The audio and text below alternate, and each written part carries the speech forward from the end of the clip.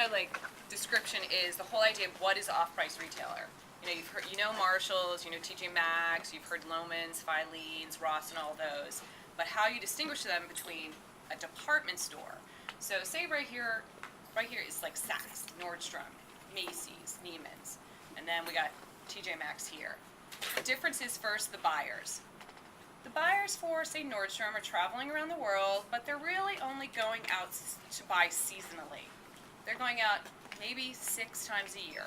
They're going to various vendors, warehouses, designers throughout, you know, those few times a year, and they're buying, you know, for several months ahead of time, making their predictions of what's going to sell. You know, and designers are there, and maybe designers showing them 5 different things. Maybe like, no, I only like those 2. I'm going to buy this much. I'm going to put it in the store. The buyer for T.J.Maxx and Marshalls, they're traveling 40 weeks a year. So it's an intense, extensive amount of time that they're on the road. They're traveling to 60 countries, and they're working with 12,000 vendors. So whereas a buyer for St. Nordstrom has a very select few people that they're shopping from, because they've decided who their client is, T.J.Maxx and Marshalls are basically going to everybody, because they want the consumer to have so many more choices. They want to say, well, you might want something that's from Limited Express, you might want something from Cynthia Rowley or Marc Jacobs, you might want something from Moschino, you might want something from Missoni, you might want something from Polo or Tommy Hilfiger or Hanes T-shirts. So they're going to everyone. Over here, what they do is that when they buy that clothing, you know, for Nordstrom's or Saks or Macy's or such, they buy that certain amount, ship to the stores, put on the racks. Obviously, they've marked up the price, so they make a profit.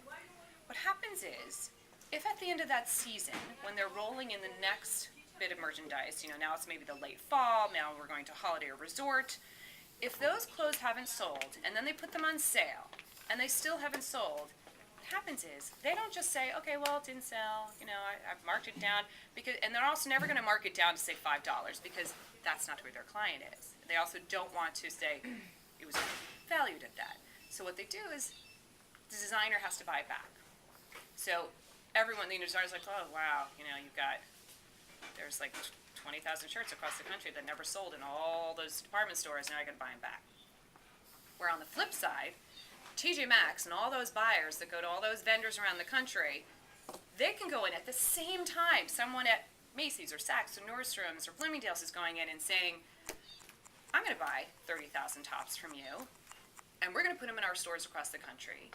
And if perhaps at the end of, say, a season, as they're bringing more merchandise in, and they're like, wow, we got so much stuff, it might end up on the clearance rack, perhaps, and you might find something amazing. I have on the clearance rack, I found Page Premium Denim jeans that were white for $10, had the original tag still for $175 on them. I have been to the Denver store, T.J. Maxx. I once scooped up 8 different items from Theory and Tahari, and on the car ride home, I figured out it would have cost about $842, and I got everything for $110. But the thing for the designer is, that stuff is never then called.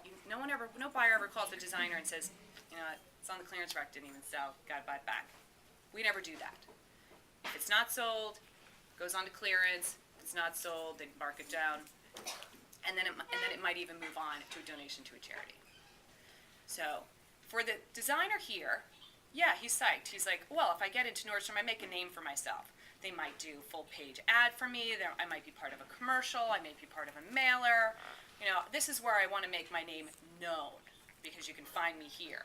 And you're going to mark it up, and then of course, the more you sell it for, the more fabulous I deem myself. Well, T.J. Maxx and Marshalls, as you know, if you've seen those commercials, no designer name is ever spoken. It's the idea that you can come here and get top designer brands, but we're not going to put it in an ad, we're not going to put it in a commercial, because it's all about the thrill of the hunt. And this is how T.J. Maxx keeps those prices down.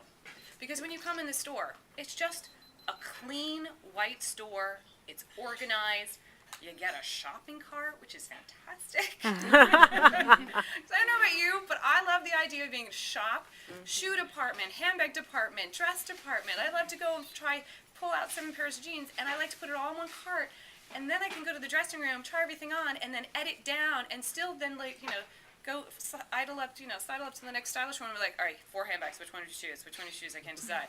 But I didn't have to lug it all into one place, and I didn't have to which you're going to do at the other store. So I love the shopping cart, I love that it's clean, but the whole point is by not paying the money for the advertising with the designers, they keep prices low.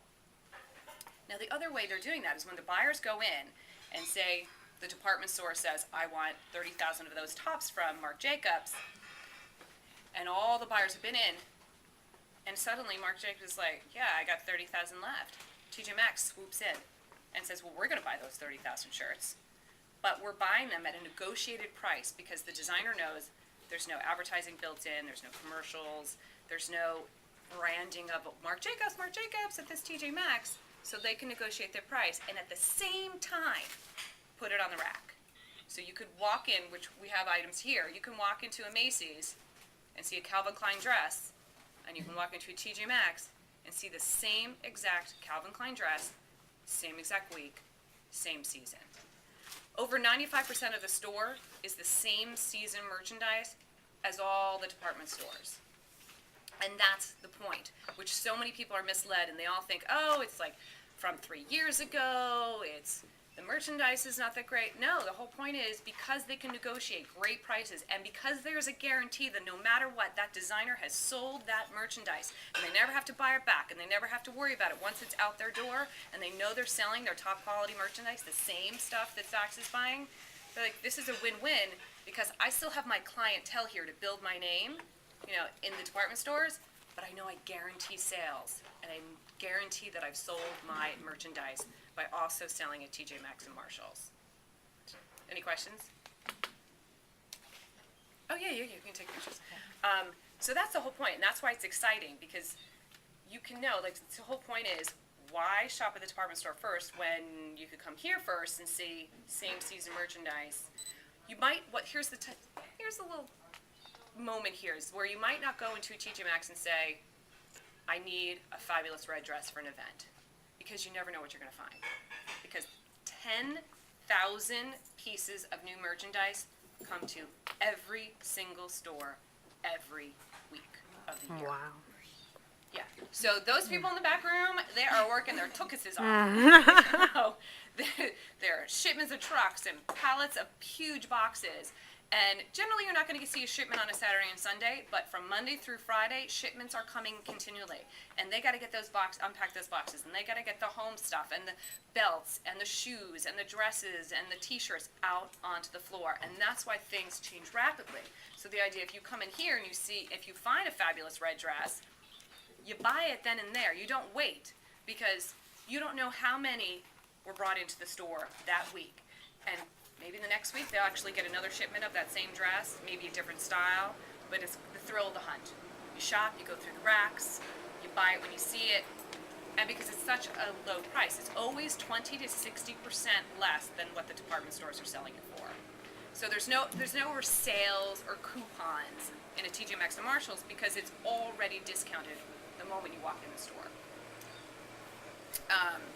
Here's another thing that buyers can also do. Sometimes a vendor is there's an Italian handbag company that makes private label for Bergdorf Goodman in New York, and there's also another designer who has handbags made for the same company. Well, that buyer can go to them and say, I'm going to buy this designer that you make. I'm not going to buy the Bergdorf Goodman brand, obviously, but that vendor, that Italian handbag designer might be like, well, you know what?